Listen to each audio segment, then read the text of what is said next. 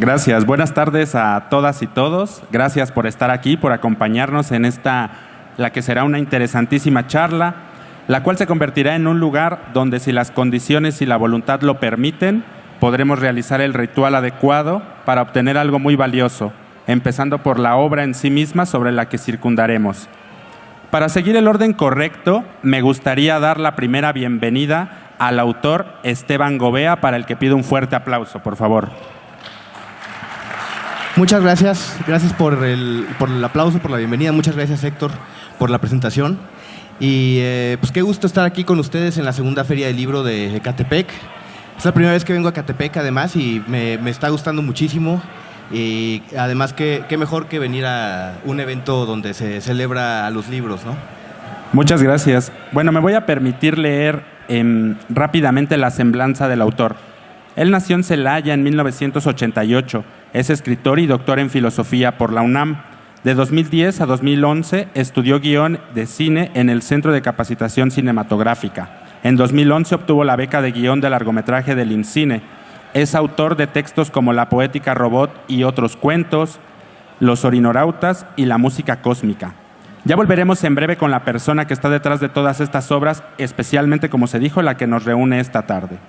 Ahora sí, luego de estas palabras introductorias y para tener cuerdas que guíen tu primera intervención, ¿cómo y cuándo fue que terminaste escribiendo historias de terror? ¿Qué hacías antes? ¿Era un plan que tenías desde niño? Bienvenido nuevamente, Esteban, y es un gusto charlar contigo.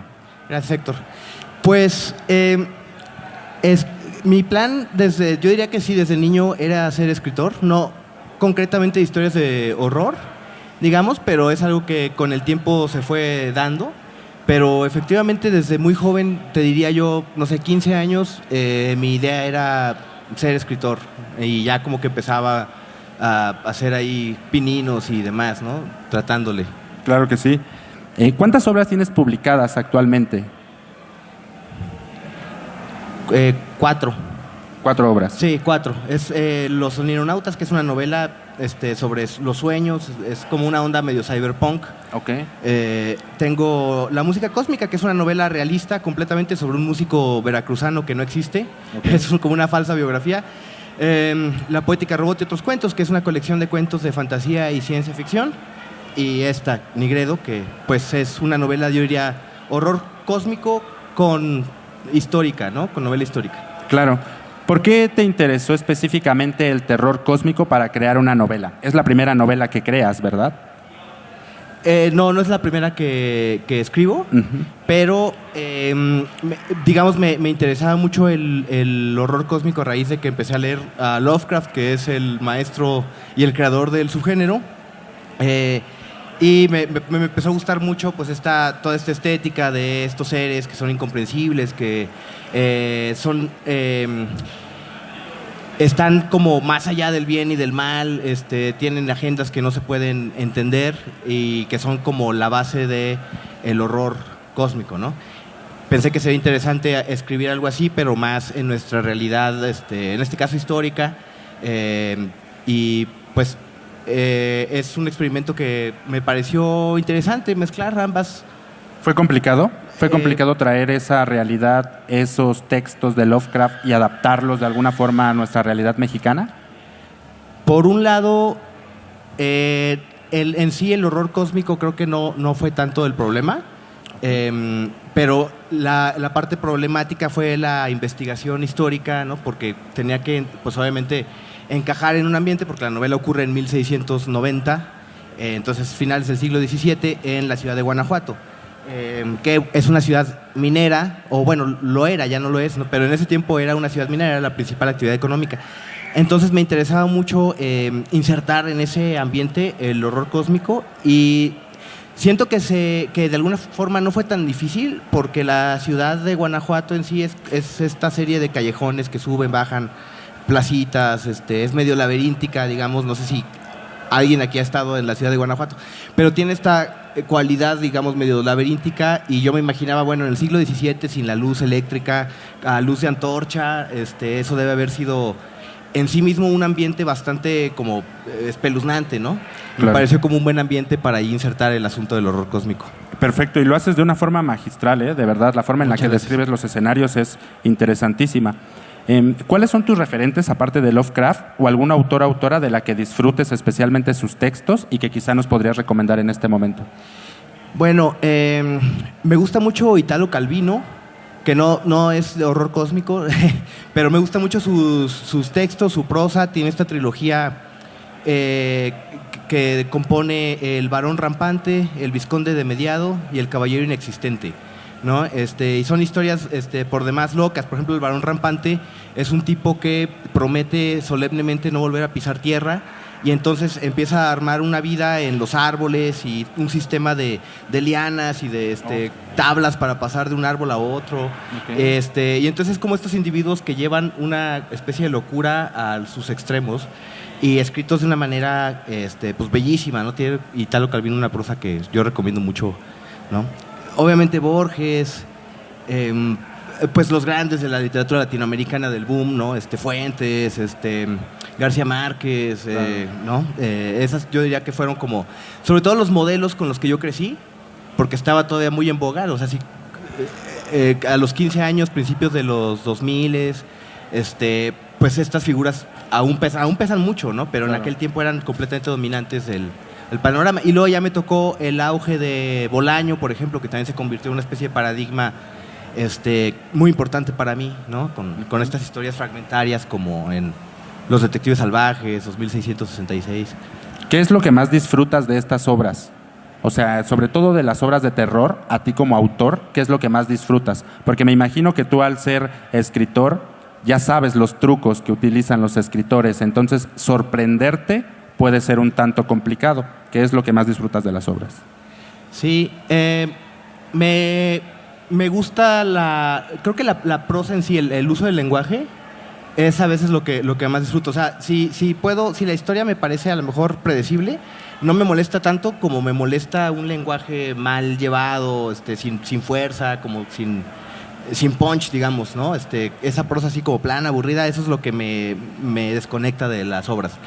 Creo que contar una historia tranquila, a lo mejor predecible, pero con una prosa bien, eso es a mí lo que me interesa bastante. Y irónicamente no soy tanto de leer horror, o sea, no soy así como un gran conocedor de autores de horror y tal, aunque digo, sí he leído a Poe, a Lovecraft, digamos los clásicos, claro, ¿no? Pero sí, eso. Y yo creo que lo refleja bastante bien el autor. Tenemos aquí El Nigredo, que lo estamos vendiendo en el stand del Fondo de Cultura Económica, por si alguno de ustedes lo quiere pasar a adquirir, allá donde están nuestros compañeros. Y de verdad que lo que dice Esteban es muy cierto. Desde el primer capítulo está ese punch. En sus letras se puede sentir el punch, esa intención de atraparte a ti como lector en una novela que ofrece bastante. Bueno, proseguiré ahora con la siguiente pregunta, que es: ¿qué es lo más difícil o qué fue lo más difícil de escribir en una novela de horror cósmico? Lo más difícil, creo, es... En mi caso no quería escribir como Lovecraft, en esa misma, lo que llaman la prosa púrpura, que es una prosa muy recargada, medio barroca, que contribuye a que todo se sienta extraordinario, ultramundano, ¿no? Medio espeluznante, digamos, hasta un bosque, un animal. Tiene este cariz inquietante por la prosa, ¿no? Este efecto constante de la prosa púrpura de Lovecraft, que le llaman. Entonces yo quería como traer los elementos del horror cósmico, pero un poco deshacerme de ese modelo y tener una prosa un poquito más mundana, si tú quieres, más concisa, ¿no? Y que el horror viniera más del ambiente social, la conjura de las personas que o sea, está este misterio en la mina, pero además parte del horror viene de todo lo que se teje en torno de eso. Claro. Justo qué bueno que menciona el tema de la mina, porque me gustaría ahora dar una semblanza del libro del Nigredo. Es una historia, una novela sobre lo ocurrido en un poblado tarasco de Guanajuato y su gran mina, el Atanor, donde la pobreza, la explotación, el abuso, el clasismo, el ocultismo, el sarampión, tema o tema vigentes y, por qué no decirlo, el amor, sobresalen cada que los personajes deambulan o se trasladan por los alrededores del pueblo. Lo anterior que sirva como semblanza de lo que podríamos encontrar en el Nigredo. Estas palabras son de un servidor, un lector de esta gran obra, y ahora me gustaría preguntarle al autor qué es lo que podremos encontrar al leer el Nigredo.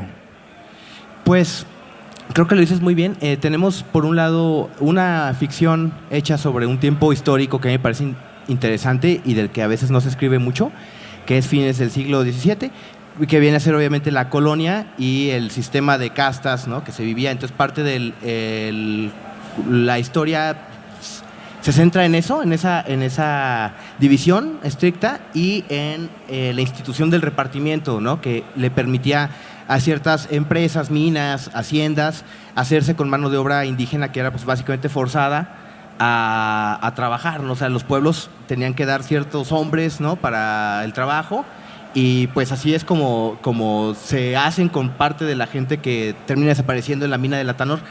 Entonces, creo que tiene esta parte histórica que me parece muy interesante, cómo se vivía, cómo en sí mismo el sistema era brutal, ¿no? Tiene la parte del horror cósmico para quien guste del género, y tiene este otro componente que me gusta mucho que hayas identificado, que es que también es una historia de amor, ¿no? Entonces no todo es oscuro y terrible, aunque bueno, tampoco es bueno, no voy a avanzar mucho sobre la historia de amor, pero está ahí, y es además un amor de esos, como... Me inspiró un poquito en la historia clásica, en la leyenda clásica de Guanajuato, del Callejón del Beso, ¿no? De esta pareja imposible porque la familia está en contra de la unión, y entonces se ven en la noche y están a tiro de piedra, así los balcones. Los balcones, ajá, entonces se pueden pues como dar un beso a través del, ¿no? Entonces es un poco así la dinámica que ellos tienen, y pues obviamente se va pues complejizando porque él quiere investigar qué es lo que está pasando con la mina, ¿no? Él siendo un funcionario del Cabildo en la ciudad de Guanajuato, joven, idealista, ¿no? Y entonces hay como una serie de misterios, gente desaparecida, esta mina que no debería estar funcionando porque ocurre en un tiempo en el que no hay mercurio, azogue, ¿no? Entonces, que es necesario para el enriquecimiento de la plata. Entonces muchas minas empiezan a cerrar, pero misteriosamente la mina de Latanor reabre y está trabajando bien, ¿no? Y está produciendo plata. Y entonces, pues, el protagonista, Alonso, es el que está tratando de investigar, ¿no? Y se empieza a meter en muchas... Pues en una hondura que él no calculaba, ¿no? Claro. ¿Por qué decidiste en una historia histórica, en una novela histórica, en una novela un poco de terror, incorporar el elemento del amor? ¿Por qué fue esa decisión? Pues porque me parece que son como los dos grandes temas o sea, si Nigredo es el tema de la descomposición, de la muerte, ¿no? También tiene que estar el tema del amor, ¿no? Son como los dos polos clásicos freudianos, ¿no? El Eros y el Tánatos. Entonces, como que me parecía como que temáticamente cuadraban bastante bien esas dos historias. Sí, combinarlas, ¿no? ¿Por qué centrar tu novela a partir de una mina? O sea, ¿por qué partir de una mina? ¿Por qué de todos los elementos naturales que podríamos encontrar o aquellos fabricados por el ser humano, por qué decidiste una mina? Bueno, una mina porque me parece que yo quería hablar de la... Parte del tema es la explotación, ¿no? Y no hay más explotación, o bueno, hay como pocos ejemplos de explotación más brutal, más grosera, ¿no? Que una mina. Sobre todo en las épocas en donde está ambientada la novela, con la tecnología que había, con el tipo de trabajo que existía, que era pues trabajo básicamente esclavo, ¿no? Y las condiciones en las que vivían los mineros, o sea, son temas que me apasionan porque he tenido la oportunidad de bajar a minas, ¿no? Tanto en Guanajuato como en Tlalpujahua, en Michoacán, para un proyecto que, bueno, no se terminó realizando, pero sí hicimos la investigación. Y es impresionante, me impresionó muchísimo las veces que he bajado a minas, porque se siente como un viaje al inframundo, como entrar al infierno, digamos, ¿no? Como una bajada al infierno, se empieza a calentar, ¿no? Se enrarece el aire, uno suda frío, ¿no? Hay de repente sombras así medio raras que uno ve. Entonces, la experiencia del bajar a una mina en sí misma es aterradora. Y cuando uno se entera de las condiciones en que trabajaba la gente, cuántas horas, las enfermedades que se les desarrollaba por el puro trabajar en las minas, es en sí mismo un ambiente horrible, ¿no? En sí mismo creo que eso ya es de terror. Y pues creo que me pareció como que todo se estaba cristalizando para hablar bien de este proceso de explotación del trabajo de la gente y de explotación de la naturaleza, ¿no? ¿Cómo fue ese proceso de documentarte? Porque en el texto se nos mencionan términos bastante técnicos un poco sobre lo que es el trabajo de minería, la explotación y también sobre la situación económica y social que atravesaba el poblado sobre el que se habla. ¿Cómo fue este proceso de documentarte para poder plasmar de manera fiel lo que ocurría en esos momentos, ¿no? Reflejar de manera pues muy precisa cómo estaba el tema de la explotación y lo que se necesitaba para extraer el tema de los metales de la mina. ¿Cómo fue esa documentación? Pues acudí a textos históricos sobre la época y afortunadamente bastante sobre la minería. Okay. Hay hasta cantidades de producción, así casi que año por año, ¿no? Estimados de cuánto se producía en las diferentes minas.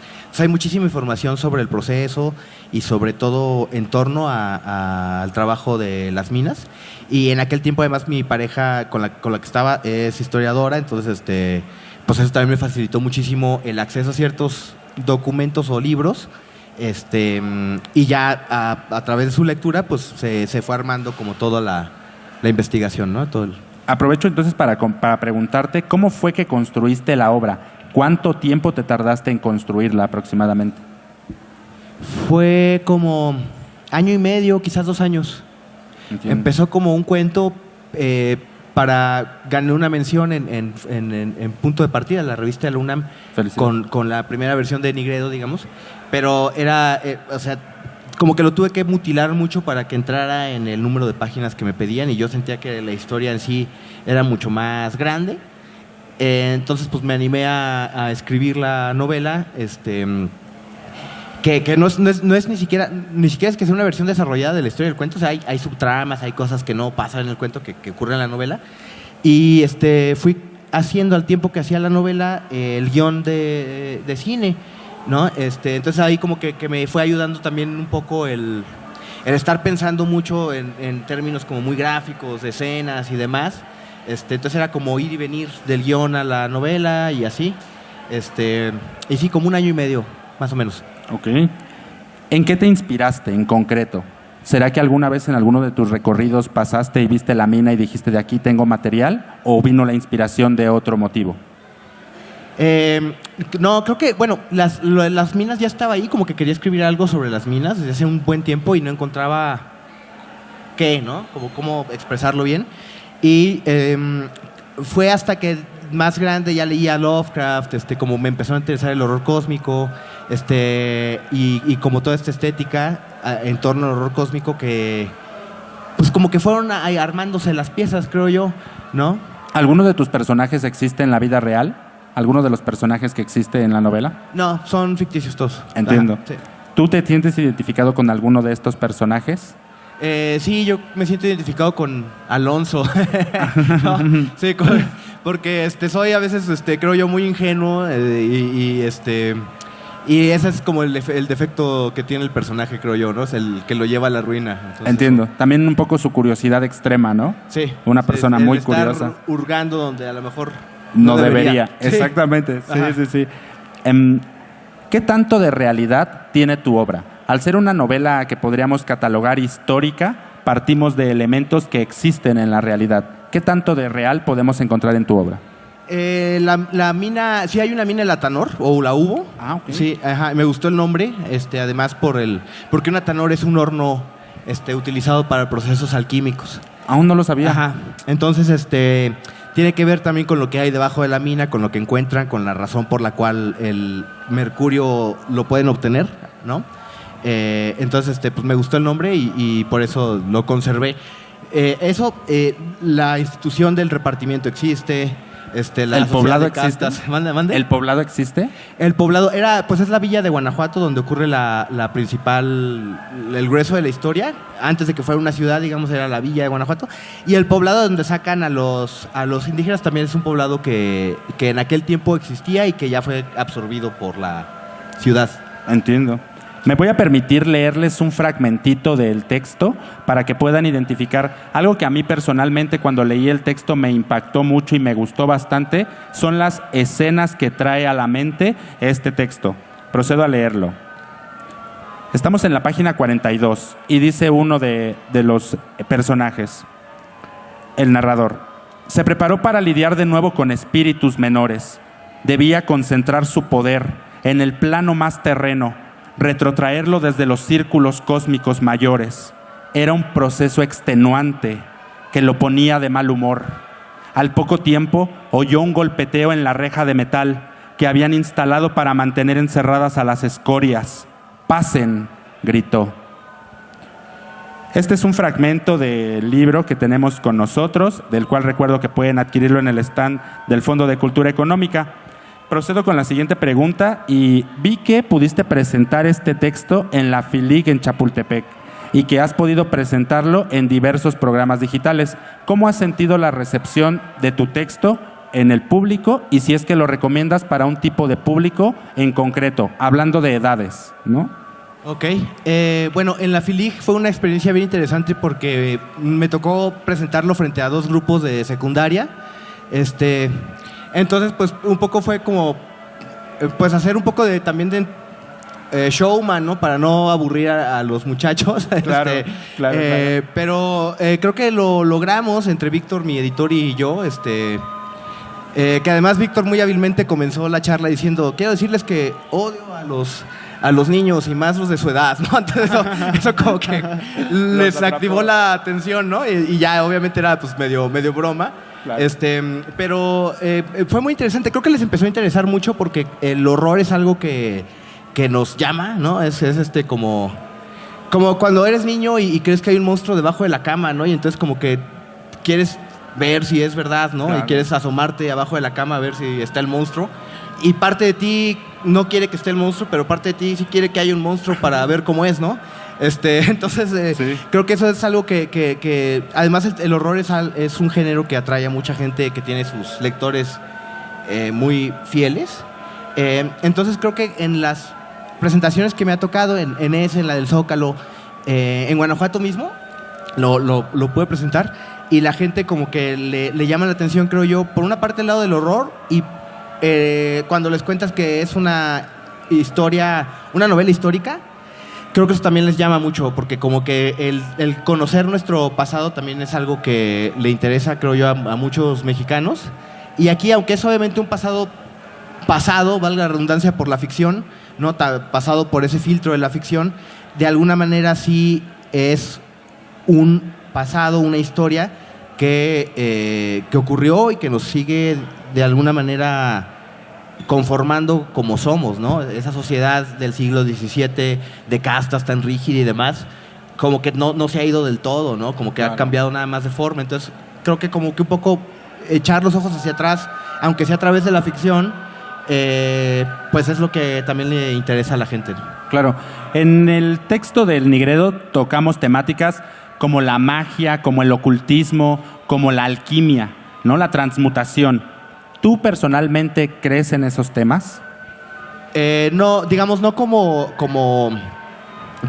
un acto de magia, pero me interesa mucho como a nivel filosófico todo el tema de la alquimia, de la transformación de la materia, pero que también era la transformación del hacedor, ¿no? O del alquimista en un ser superior, digamos. El alquimista no solo buscaba transformar el plomo en oro, que es el ejemplo que siempre se nos da, sino que buscaba él mismo transformarse en oro, por decirlo así, su alma transformarla en oro, ¿no?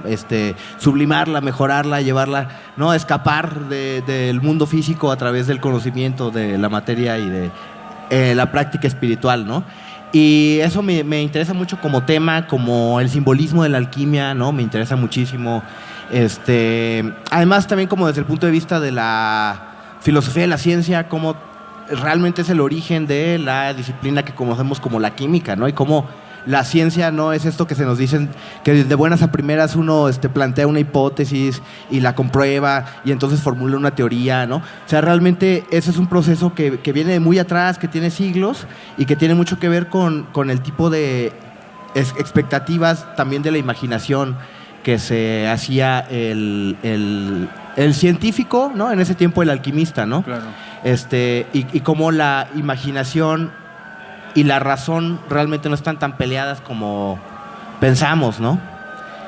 Eso, por ejemplo, muchos de los procesos o los matraces, la forma de los recipientes de la química moderna llegaron a tener esa forma no porque dijeran, no hicieron un cálculo y dijeron esta forma esférica es la mejor para este proceso que vamos a hacer con la materia, sino porque estaban tratando de imitar un vientre, ¿no? Y estaban tratando de imitar un vientre porque el estómago es donde se procesa la materia en nosotros. Entonces su idea era, podemos acelerar este proceso, ¿no? De la propia naturaleza, ¿sí?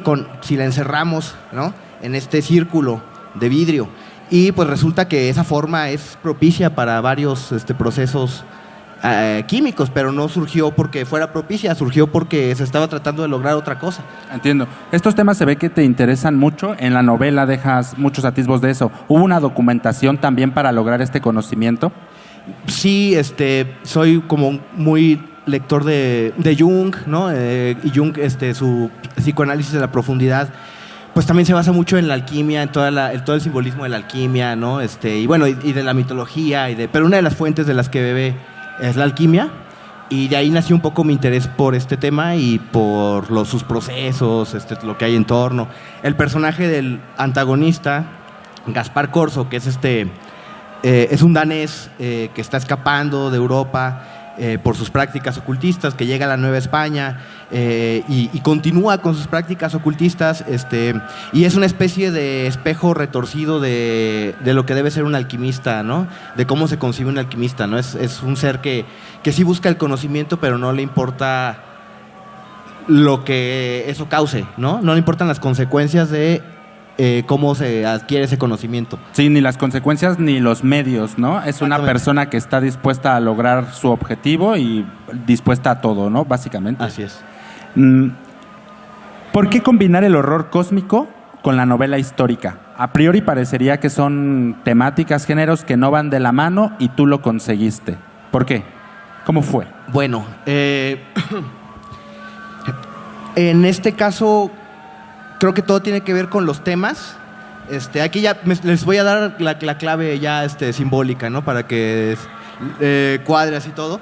El tema es la explotación, ¿no? La explotación del hombre, la explotación del trabajo, la explotación de la naturaleza. Y lo que hace aquello que está abajo de la mina, ¿no? Hay algo abajo de la mina que hace que se pueda seguir adquiriendo mercurio, ¿no? Y ese proceso, ¿no? De adquisición del mercurio a través de la sangre, ¿no? A través del sacrificio de la vida, es como el que describe Marx en El Capital, ¿no? Que el capital es como este fetiche, como Moloch, ¿no? Al que le sacrificamos nuestro tiempo, nuestra sangre, ¿no? La sangre de los demás, el trabajo, la vida misma, ¿no? Todo va a ese gran como olla de sacrificio para acrecentar el capital, ¿no? Y cómo se acumuló el capital pues a través de la extracción de la plata, ¿no? Y de los minerales preciosos en las colonias durante pues el proceso de colonización, ¿no? Es muy cierto eso que dices. Hay una parte en donde se menciona justamente que todo se está pagando con sangre. Todo lo pagamos con nuestro esfuerzo, ¿no? Es algo que justamente ahorita que estás comentando esto me hace muchísimo sentido. Bueno, vamos a ir redondeando un poquito porque los minutos van transcurriendo y me gustaría preguntarte, volviendo obviamente saliendo un poquito de la obra, ¿cuáles son los consejos que le darías a las nuevas generaciones de escritoras y de escritores, que quizá por aquí tengamos alguno o alguna? ¿Qué consejos les darías? Sobre todo para temáticas de este tipo.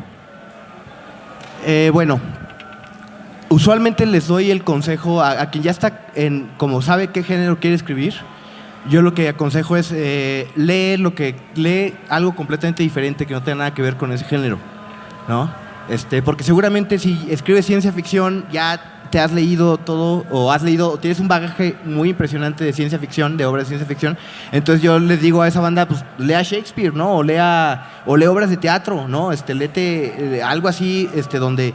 ¿Por qué digo el teatro? Porque yo lo que admiro mucho de los escritores, o bueno, de los dramaturgos, es la capacidad de comprometerse con lo mínimo, ¿no? Porque es un escenario nada más. Y todo viene del conflicto que tienen los personajes, que es un espejo del conflicto que tenemos nosotros como seres humanos. Y eso pues es como esa reflexión como muy pura sobre quiénes somos, ¿no? Y llevarlo a esos extremos, digamos, de desarrollar una obra completa, ¿no? Eso me parece que es algo de lo que se puede aprender mucho, sobre todo cuando escribes género, ¿no? Porque ya probablemente conoces los tropos, los ciertos recursos, etcétera, pero el aspecto humano de tus personajes, el drama, cómo, ¿no? Eso es lo que... Su evolución, ¿no? De ellos. Eso es lo que a mí me parece que es más... No quiero decir que más importante, pero sí como que es lo que tiene más peso a lo mejor en el lector, ¿no? Porque es lo que se supone que debe hacer la literatura, ¿no? Como reflexionar sobre quiénes somos, ¿no? Por mucho que si estás hablando de la ciencia ficción, por ejemplo, dices, bueno, ¿cómo esta tecnología? El problema no es cómo funciona esta tecnología. El problema es cómo impacta la vida de la sociedad, la vida del individuo, el estado de ánimo, cómo se concibe la persona a sí misma, ¿no? Pero hay una frase que no me acuerdo de quién es, que me parece que es genial, que decía, en el siglo XIX cualquier persona informada te podría haber predicho la existencia del automóvil, ¿no? En el siglo XX. Claro. Lo que no te podrían haber predicho son los embotellamientos de tráfico, ¿no? Claro, sí, es ver un poco más allá, ¿no? Justamente de esta parte. Hablando de esto, ¿cuál es el proceso que tienes para escribir un libro? O sea, ¿cómo es la rutina? ¿Cuántas horas le dedicas al día? ¿O cómo es el proceso creativo ya puramente de la construcción? Bueno, cuando estoy escribiendo algo, porque hay veces que no escribo todos los días, ¿no? Okay. Procuro, pero hay veces que no se puede, hay periodos en que no puedo. Pero cuando sí estoy con un proyecto, pues tengo todo un proceso de escaleta, ficha de personaje, con muchos documentos preparativos antes de empezar con la escritura en sí de la novela, ¿no? Como que sí me gusta planearlo todo de antemano. Y ya cuando estoy escribiendo, pues no sé, a lo mejor le dedico 2 o 3 o 4 horas al día, ¿no? Hasta que está. Pues es una historia muy interesante, es una historia que te atrapa estratégicamente desde el primer capítulo, como ya lo dijimos. Es un texto que no abusa del lenguaje de la época en el que se ambienta. Esto me gustaría hacer una pausa y preguntarte, ¿fue complicado posicionar a tus personajes en esa época y con ese lenguaje que hablan? ¿O fue un trabajo sencillo después de la documentación que hiciste? Primero, mi intención era darle una textura más realista de aquel tiempo al lenguaje de los personajes, ¿no? Como que sí hablaran como personas completamente del siglo XVII. Entonces, pues sí leí como epístolas del tiempo, textos de ese tipo. Claro. Pero luego pensé que efectivamente lo volvería muy, muy pesado. Entonces me dije, no, o sea, más bien hay que buscar un equilibrio donde como que dé un aire a que es una persona del siglo XVII, pero que sea perfectamente legible para el público actual. Entonces, digamos que conservé como ciertos arcaísmos y cositas que me parecían interesantes, pero nada más como para dar la pauta, ¿no? Sin que se sienta así pesado, porque efectivamente el lenguaje de alguien del siglo XVII sí puede ser muy difícil de entender para alguien que no está habituado a leer textos de esa época, ¿no? Claro. Sobre tu proceso de publicación, ¿fue complicado encontrar el apoyo editorial? ¿Habías publicado algo previamente de manera independiente? Sí, mis primeros libros los publiqué de manera independiente con un sello de autor que se llama Grifo Editorial. Ahí publiqué Los Onironautas y La Poética Robot. Sí, los digamos con tirajes pequeños que fui ahí como colocando. Afortunadamente sí se fueron vendiendo. Cool. Y ya Nigredo mandé a la convocatoria de Tierra Adentro, sí, en 2023. Y afortunadamente se quedó, ¿no? No, digamos, la mandé así como una botella, así con un mensaje, ¿no? A ver. Sí. Y pum, salió y pues ya me sorprendió mucho. Y me sorprendió más cuando la publicaron. Me dice Víctor que es la primera novela de horror que publica Tierra Adentro. Que publica Tierra Adentro. Entonces, pues también eso me da mucho gusto, y me sorprende, las dos. Claro que sí. Y bueno, ¿cómo te sientes de estarte presentando en una feria tan importante como es esta segunda feria de Ecatepec? No, pues es un honor, es un placer. Es parte de lo que uno se imagina que es como ser escritor, ¿no? Cuando uno quiere publicar y dice, yo quiero estar ahí hablando de mi libro, ¿no? Y bueno, ya afortunadamente se ha hecho y me gusta mucho, agradezco mucho a toda la gente que nos escucha, agradezco mucho a toda la gente que nos lee y a quien se toma el tiempo de venir y pues me da mucho gusto.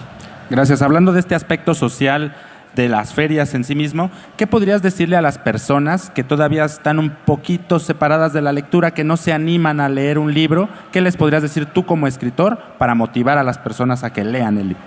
Híjole, pues yo creo que hay ratitos, ¿no? Que le podemos robar a otras actividades y que podemos dedicarle a la lectura, ¿no? Se me ocurre el transporte público, ¿no? Esos viajes, el baño, ¿no? O sea, hay momentos donde uno puede dedicarse ¿El baño? ¿Dijiste el baño? ¿no? Cuando uno entra al baño, tiene a lo mejor unos minutitos para... Claro. ¿No? Entonces creo que, eso ya es un avance, ¿no? Como dejar el celular, ¿no? Voy a ir al baño, en lugar de llevarme el celular, me voy a llevar un Nigredo, ¿no? Claro, sí. ¿Crees que las tecnologías están peleadas con el tema de la lectura? Pues... El tema PDF. Creo que por un lado lo permite, o sea, por un lado te acerca a todos los textos habidos y por haber. Por otro lado también lo disuade mucho, ¿no? Porque estás batallando por tu propia atención, ¿no?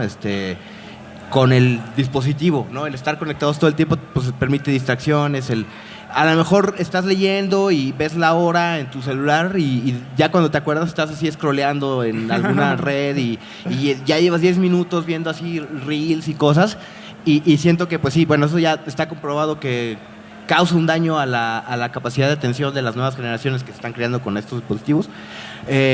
Y pues es algo que como que nos estamos haciendo nosotros mismos, ¿no? Incluso yo de repente me doy así como, oye, ya llevo 15 minutos en esto, ¿no? No es posible y me enojo, como, ¿por qué no cierro mis redes? Es que también ahí me entero de cosas, promociono mis libros, ¿no? ¿Eres de leer mucho en PDF o prefieres el libro físico? No, prefiero el libro físico, pero bueno, si no hay de otra, me gusta la sensación, me gusta estar rayando, así haciendo mis apuntes en el margen. Claro. Sí, como que me es más fácil además acordarme dónde leí algo, o sea, estoy leyendo y si me quiero regresar, ¿no? Por alguna razón, me es más fácil ubicarme en qué parte me tengo que regresar que nada más así como el chorizo infinito que es el PDF, ¿no? Claro.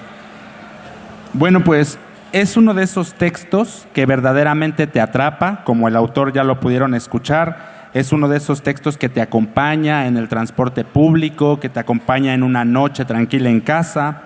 Es un texto de terror, es un texto de drama, es un texto con toques románticos. Todo esto se posiciona sobre una mesa que, como ya les dije, es de magia negra, es de alquimia. Juega, obviamente, el autor con la primera persona, con los testigos, con el narrador omnipresente y tiene sus matices epistolares. Es decir, encontraremos cartitas ahí muy interesantes. Es una obra que emplea diversos elementos narrativos de una manera muy funcional. Para ir cerrando, obviamente, esta presentación y respetando el tiempo de las siguientes presentaciones, me gustaría que el autor nos dijera unas palabras finales y que nos motivara nuevamente a leer El Nigredo. Ok, gracias, Héctor. Bueno, pues para concluir, creo que Nigredo tiene algo para cualquier lector, ¿no? Tiene una historia de amor, tiene historia, tiene una conjura, hay una conspiración, ¿no? En una ciudad, tiene horror cósmico, tiene algo de aventura. Entonces, me parece que es no te vas a aburrir, ¿no? A lo mejor no les parece la obra maestra, pero por lo menos no se van a aburrir, eso sí se los puedo garantizar, y se van a pasar un buen rato con la novela. Además es cortita, tiene 120 páginas, cuesta 95 pesos, menos que 2 caguamas, se pasa en el tiempo en que uno se las toma, ¿no? ¿No? Uno se lo lee así con sus 2 caguamas, perfectamente da. Entonces me parece que es una buena opción para un lector que busca algo a lo mejor ligero, ¿no? Gracias. ¿Tienes redes sociales en donde te podamos seguir, quizá? Sí, estoy tanto en Facebook como en Instagram como Grifo Editorial por mi proyecto. Ahí me pueden seguir y pues muchas gracias por su asistencia y por su atención. Pues muchas gracias a todas y todos por esta presentación. Gracias al autor. Gracias. Y seguimos en la feria. Muchas gracias.